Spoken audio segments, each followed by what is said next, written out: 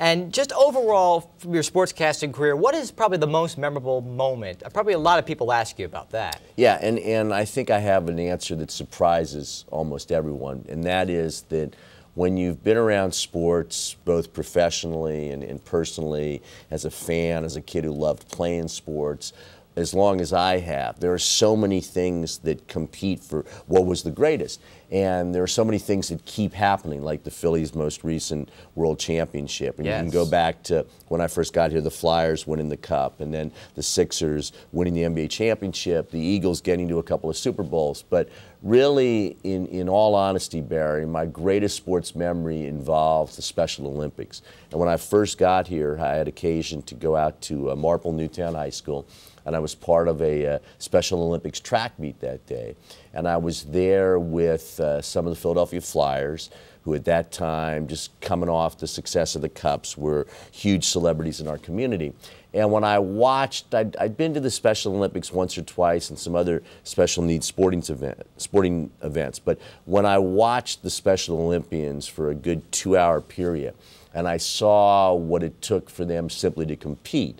And the Special Olympics oath obviously talks about it best when it says, you know, let me win, but if I cannot win, let me be brave in the attempt. And if you believe, as I do, that the greatest lesson of sports, aside from racial and ethnic teamwork, is just trying to do things that you may not think are possible.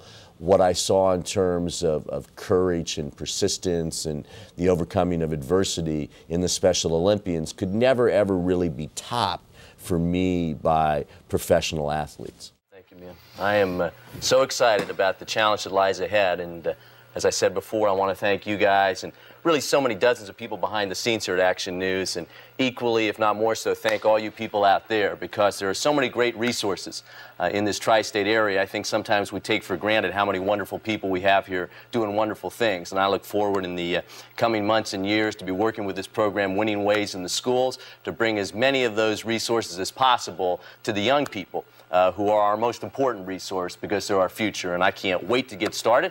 I'm going to get started on it tomorrow morning, and I am excited. Thank you, and thank you guys. It's been great. Thank you. That is excellent. And I want to talk about your other love in life. You founded Winning Ways, which is now known as One Child Saved. So describe, what's the mission of One Child Saved? Well, what we do in my charitable programs, and we're always evolving, our latest configuration is something called 1,000 Kids, 1,000 Jobs, which is going to be an initiative with a lot of the charitable groups that I've long partnered with, the Police Athletic League, the Salvation Army, the Boys and Girls Clubs, to reach out to disadvantaged kids as early as elementary school to get them interested in the wide world of careers, if I can take a phrase back from the ABC yes. Sports Day and days. And I'm really, really excited by the opportunity to get young people, 4th, 5th, and 6th graders, excited about becoming a physicist, excited about becoming, yeah, maybe a broadcaster, but maybe becoming a pediatrician or whatever. And I think the earlier they get a career interest, the more likely they are to have an academic approach that leads them to that interest. But in brief, in all of my charitable work, when we founded Winning Ways and in the other programs that have grown out of it, like One Child Saved, and we have a program called Together for America, Camp Respect, there are 3 cornerstones. One is anti-hatred. We just do not feel that youngsters should ever be exposed to hate of any sort. Anti-violence, and obviously that's tied in to hatred, but when there's violence in a community, it's difficult for children to succeed, whatever their goals may be. And career ambitions, and that gets us to the 1,000 Kids, 1,000 Jobs. Let's pick careers, let's pursue careers, and let's end up in careers. And I'm really fascinated by the philosophy that I saw on the website. It was to take positive action and not negative action. And I think that really states the overall philosophy behind One Child Saved. Well, I think you sum it up very well, Barry, that I think a lot of people, especially in disadvantaged communities, are constantly telling children what not to do. And obviously you want them to say no to drugs, to say no to violence, to say no to hatred and all.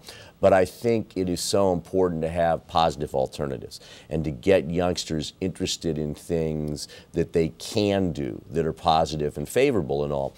And I really think more than anything else, we try to be an anti-boredom effort, because when kids are confronted with boredom and they don't think there's anything worthwhile to do, something that's not so worthwhile will oftentimes find them.